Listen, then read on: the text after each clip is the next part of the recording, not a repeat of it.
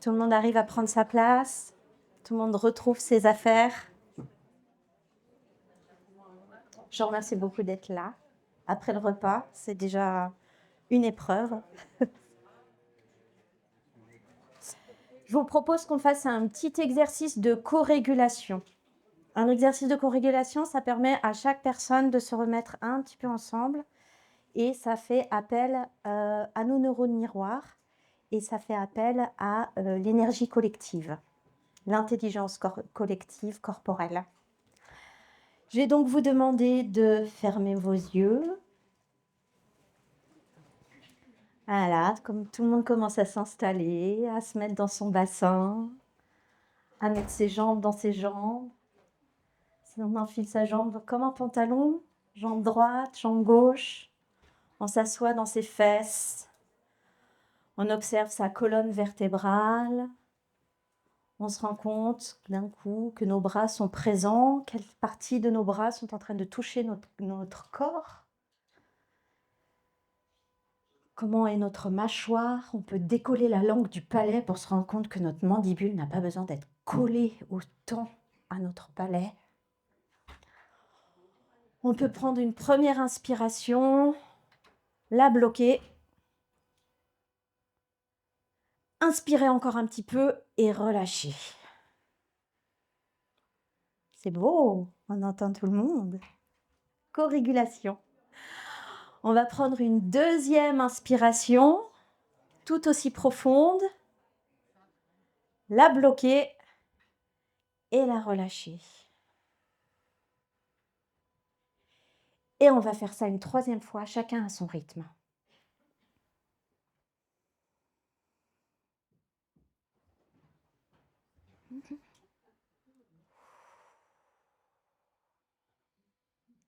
Sachez que quand vous inspirez, vous êtes dans le sympathique et quand vous expirez, vous êtes dans le parasympathique. Voilà pourquoi la respiration, on aime ça. En plus, c'est vital. Alors, aujourd'hui, je vais vous parler du sens du toucher et comment il peut être un outil de co-régulation du système nerveux à travers la thérapie crânio-sacrale.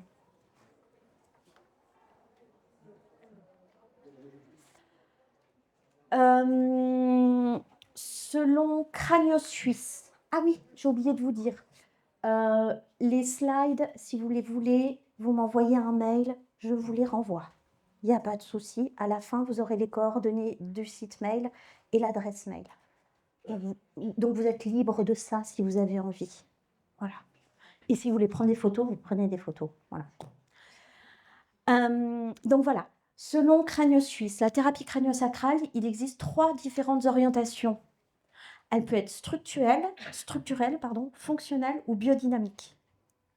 Les 3 orientations, elles sont regroupées sous le terme de crânio-sacrale, thérapie crânio-sacrale.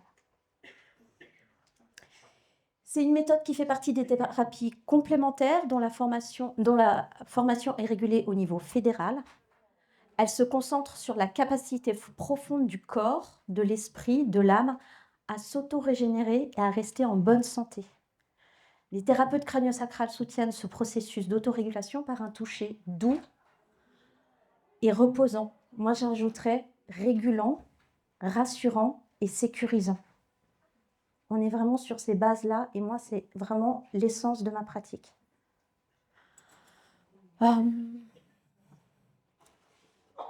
Ma propre définition, parce que même si Crânio Suisse a une définition, moi j'en ai une quand même.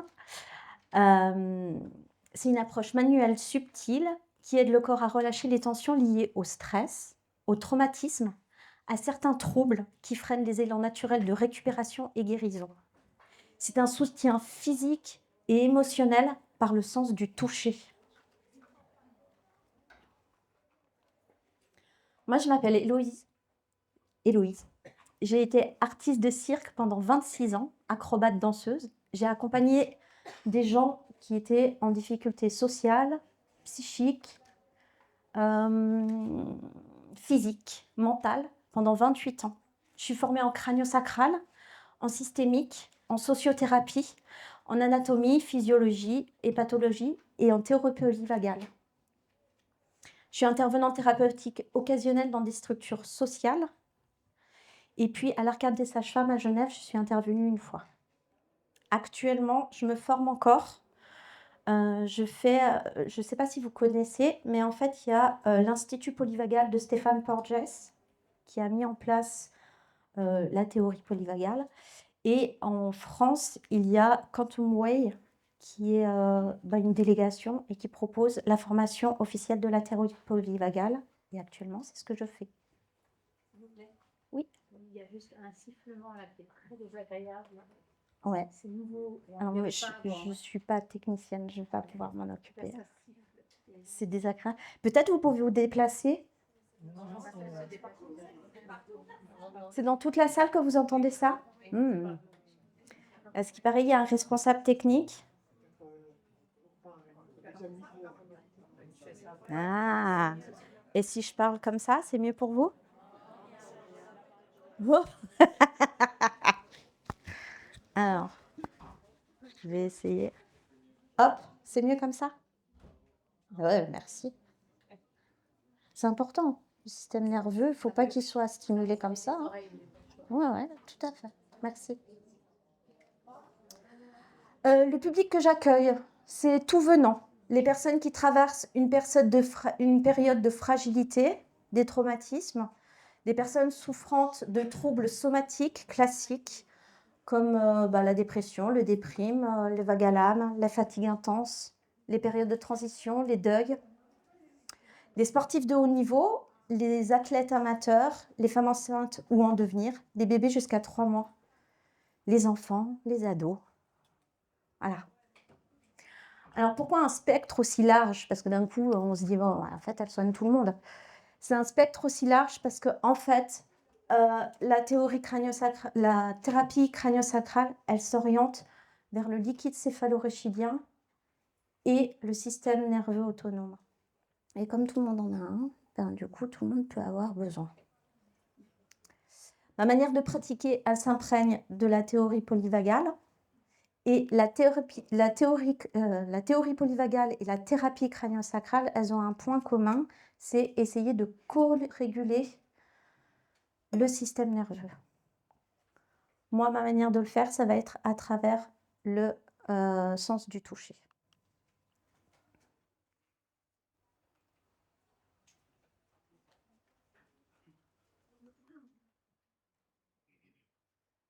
Alors, on va voir un peu qu'est-ce que c'est que la théorie polyvagale. Je vais me mettre ici. Donc, c'est un art de vivre. C'est une manière de se ressentir. C'est une manière de savoir qui on est dans notre corps pour pouvoir se situer à l'intérieur de nous et se situer à l'extérieur de nous, dans le monde. Si je sais qui je suis, je vais pouvoir me situer avec mon environnement. Et comment je fais ça? En fait, je regarde si je suis ouverte, en lien avec les gens, ou si je suis fermée. Si je regarde là maintenant, c'est moitié-moitié. Vous êtes très nombreux et je suis très, très, très angoissée de vous parler. Et à la fois, je reste en lien avec vous parce que c'est un honneur que vous soyez là et je vous remercie d'être présent. Donc, mon système nerveux, il fait des vagues comme ça un petit peu. Hein. Il n'est pas très stable. Le fait de savoir où j'en suis, par exemple, je sais que actuellement, dans ma nervosité, ça se passe beaucoup dans ma gorge, ça se passe beaucoup dans ma mâchoire, ça se passe beaucoup dans ma voix.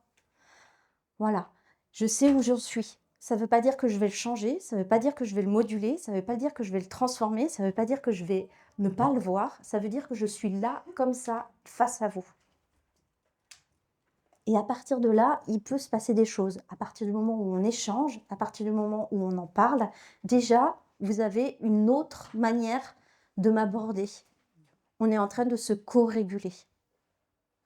Un patient, quand il vient au cabinet, cette co-régulation, elle est évidente et elle est nécessaire pour qu'ensuite, le soin, quand il vient sur la table, se passe de la manière la plus optimale pour lui. On se donne tous de la sécurité entre nous. Et actuellement, la sécurité, on en a tous besoin.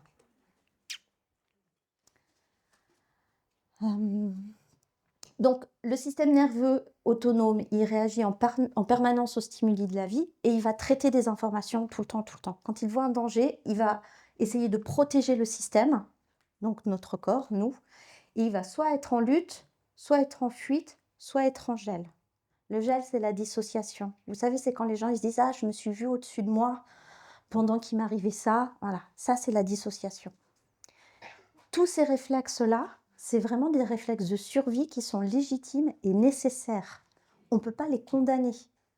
C'est génial que votre système nerveux ait réussi à faire ça. C'est important, c'est essentiel.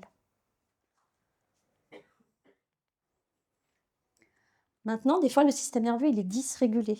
Pourquoi il est dysrégulé? Parce que le traitement d'information est beaucoup trop brusque, et beaucoup trop fort, et beaucoup trop violent, et beaucoup trop traumatisant. Donc, qu'est-ce qui se passe quand ces réponses elles sont dysrégulées? Souvent, elles restent bloquées. Moi, je fais l'hypothèse qu'elles restent bloquées dans le corps. Parce qu'en théorie polyvagale, le système nerveux, on parle de la physiologie du corps. On est notre physiologie. La psychologie, elle vient après dans ce paradigme-là.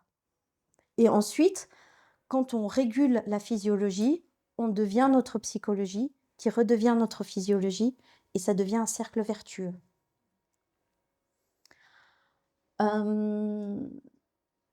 L'intérêt de venir donc faire de... Attendez, je suis un peu perdue.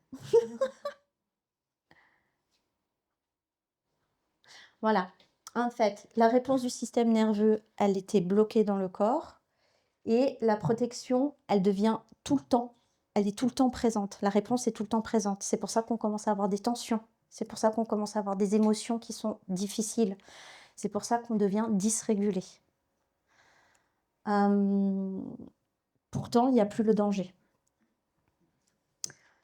Donc, c'est aussi pour ça qu'on a besoin de quelqu'un pour nous accompagner là-dedans, pour se faire co-réguler. Ça peut être très naturellement un cercle d'amis, ça peut être très naturellement une activité, ça peut être très naturellement aller dans la nature, ça peut être notre conjoint, ça peut être une autre famille. Maintenant, des fois, ça suffit pas. Et là, on a besoin d'aide et c'est pour ça qu'on va voir des thérapeutes.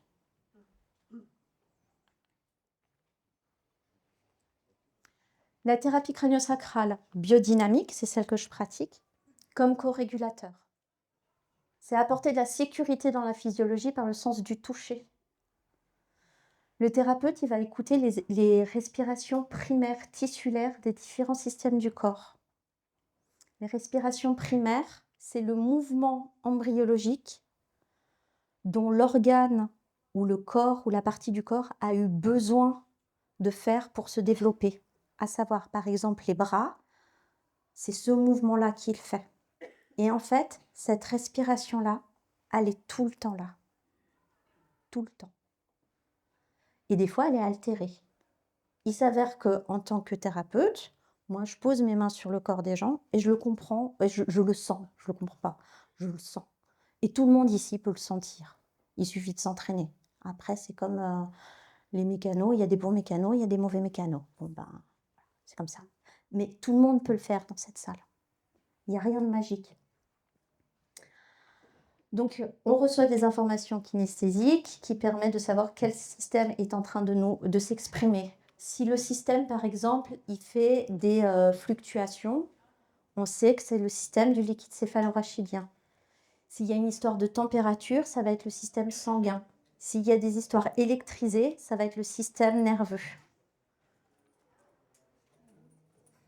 Quand je sens la respiration dysrégulée, en ouverture constante ou en fermeture constante, c'est là que je vais apporter de la sécurité au système à travers le sens du toucher, en parlant aussi avec la personne qui est sur la table, si elle le ressent, et on fait de la co-régulation.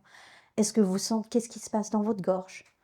Comment vous sentez-vous là, ici et maintenant? Et on fait des cartographies et des body checks en même temps qu'on rassure la personne à travers le sens du toucher. Pourquoi le sens du toucher? Alors, en psychologie, on appelle ça la théorie de l'attachement. Le sens du toucher, c'est un des premiers langages et d'un des premiers sens qui va être développé.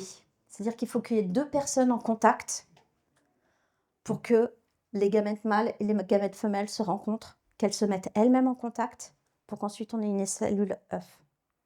Ensuite, la cellule œuf, elle descend dans la trompe, hop, elle commence à avoir plein d'informations tactiles pour trouver sa place dans l'utérus et une fois qu'elle est dans l'utérus, pouf, elle se plug avec un pied et ça aussi, c'est du tactile. Donc l'embryon et les cellules, elles ont énormément d'informations tactiles. C'est le premier langage donc qu'on a. In utero aussi, on a plein d'études qui ont été faites où on va toucher le ventre de la maman et le bébé, il va s'orienter là où il y a la main, la chaleur, ce genre de choses. Et puis après, quand le bébé il est sorti, on fait du pot à pot. Maintenant, c'est plus approuvé. On sait très bien que le pot à pot, ça rassure énormément le bébé quand il est sorti du canal de naissance. Euh, Voilà, je crois que je vous ai tout dit. Les résultats. Les résultats après 3 séances. Les manifestations physiques, les douleurs, les gènes, elles sont soulagées, voire elles disparaissent. Il y a une meilleure vitalité, un meilleur ancrage et une meilleure disponibilité au monde qui entoure la personne. C'est-à-dire que son système nerveux est descendu, il se sent plus en sécurité. Le fait qu'il se sente plus en sécurité, il peut mieux appréhender son environnement. Et les réponses sont plus douces, plus adéquates. Quand on est plus doux et adéquat, en face, il y a la corrégulation dont on parlait et ça devient un cercle vertueux. Après 6 séances, les manifestations somatiques dues à une psyché épuisée se résorbent. Tout ce qui est bruxisme, douleur scapulaire ou dorsale. On arrive à une stabilité corporelle beaucoup plus stable. Les douleurs, elles s'atténuent, voire elles disparaissent. Le discours somatique se déconstruit, c'est-à-dire les réponses oui, mais vous savez, oui, mais vous savez, ça commence à s'atténuer. C'est plus un réflexe, c'est plus un mode de protection. D'un coup, le discours de l'autre peut avoir de la place. D'un coup, on peut écouter un autre avis sans que ça nous active et qu'on réponde par oui mais ou qu'on récupère les mots de la personne et qu'on les fasse siens en racontant notre vérité à nous. Donc il y a plus de tolérance et les systèmes des protections tombent petit à petit. Après une dizaine de séances, quand on prend une dizaine de séances, c'est qu'on a un traumatisme qui est assez grand et qu'on a une grosse dysrégulation. Les manifestations comportementales, le langage corporel, les systèmes de défense n'ont plus lieu d'être et tombent naturellement. Le patient se saisit de sa vie de manière plus consciente. Il projette, il prend des nouvelles décisions. Il manifeste une meilleure confiance en lui, une meilleure estime, une clarté d'esprit et de discernement. On n'a plus de oui mais, on a des non. Aujourd'hui, je pense comme ça. Et le discours est beaucoup plus ancré, beaucoup plus solide, ce qui fait qu'en face, on a une meilleure écoute aussi, donc une meilleure disponibilité pour pouvoir converser. La vitalité physique est donc très stable et les patients souvent reviennent de temps en temps pour faire des contrôles techniques ou d'un coup ils décident de remettre une couche de réflexion, de remise en question sur une réflexion qu'ils ont, une étape de vie, une transition. Voilà. J'avais envie de vous proposer quelque chose. Santé. Oui, j'avais envie qu'on fasse encore un petit peu de co-régulation. Je voudrais vous proposer de fermer les yeux une deuxième fois. Tout le monde se met en place, c'est beau. Je vous remercie. On va prendre une inspiration. On va la bloquer. On inspire encore un petit peu et on souffle. On fait ça une deuxième fois. On inspire. On bloque. On inspire encore un petit peu et on souffle.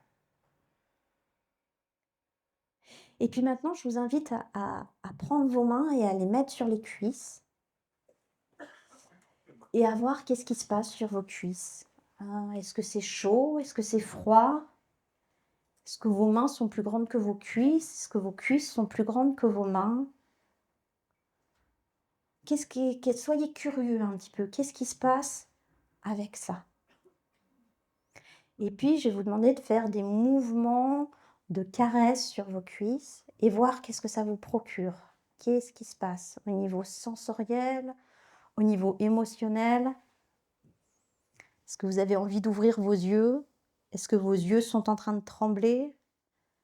On est 300 dans une pièce, il fait chaud. Comment ça se passe pour vous dans votre système nerveux? Et puis, vous pouvez vous gratter les cuisses aussi, voir ce que ça fait. Toujours pareil, les mêmes questions. Est-ce que votre cuisse s'est agrandie? Est-ce qu'elle s'est rapetissée? Est-ce que c'est agréable? Est-ce que c'est pas agréable?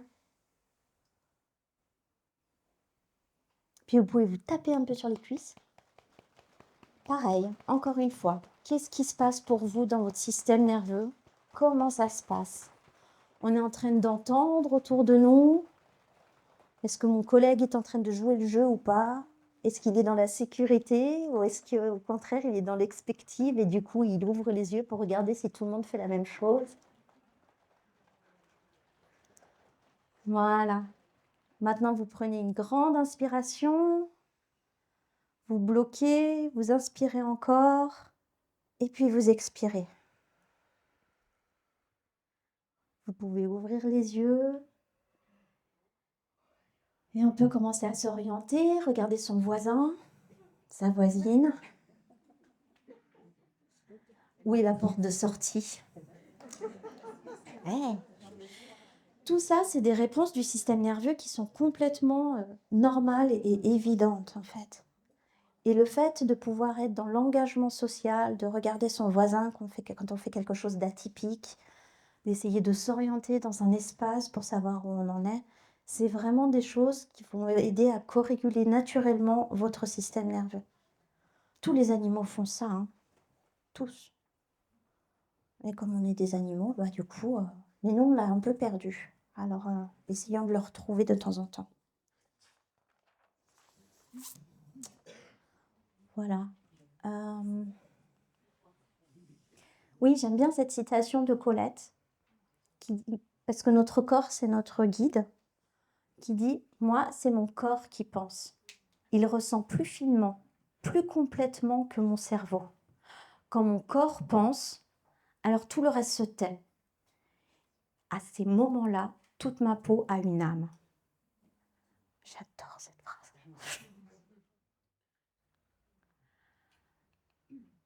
Voilà, là, vous avez une petite bibliographie avec des informations. Alors, il y a Franklin Seals qui est décédé il y a 1 mois et demi, qui lui a écrit les fondements de la biodynamique crânio-sacrée. Il a fait vraiment beaucoup de littérature autour de ça. Et c'est un ponte, c'était un grand homme. Stephen Porges, qui lui propose encore beaucoup de choses, qui est très actif dans la transmission. N'hésitez pas à vous renseigner auprès de ce monsieur, auprès de l'Institut Polyvagal, parce que vraiment, il propose des formations qui sont vraiment très accessibles, qui sont en ligne et qui sont très actuelles. On est en 2025 avec des recherches de 2025. Ça fait du bien. Peter Levine, pareil, qui lui a écrit plusieurs livres qui sont très intéressants et qui parle beaucoup de il part de sa biographie à lui pour montrer quel est le chemin sur la résilience de la théorie polyvagale. Et Steve Hines, qui était un thérapeute crânio-sacral qui a exercé à Genève jusqu'en 2020, qui lui vulgarise beaucoup. Il a écrit 4 bandes dessinées sur l'anxiété, sur le sens du toucher, sur le trauma et sur les blessures. Voilà, je vous invite à aller jeter un coup d'œil. Voilà. Et puis, comme je vous disais tout à l'heure, si vous avez besoin de plus d'informations, eh ben, vous pouvez me contacter. Voilà, donc là, vous avez moi, avant que je fasse de la thérapie crânio-sacrale, donc ça va vraiment beaucoup mieux maintenant. Et c'était pour co-réguler votre système nerveux une dernière fois. Et puis, ici, là, vous avez le fameux QR code. Oh, pardon. C'est parce que la photo, bon, on n'était pas obligé de la laisser aussi longtemps. C'est bon, vous avez eu la...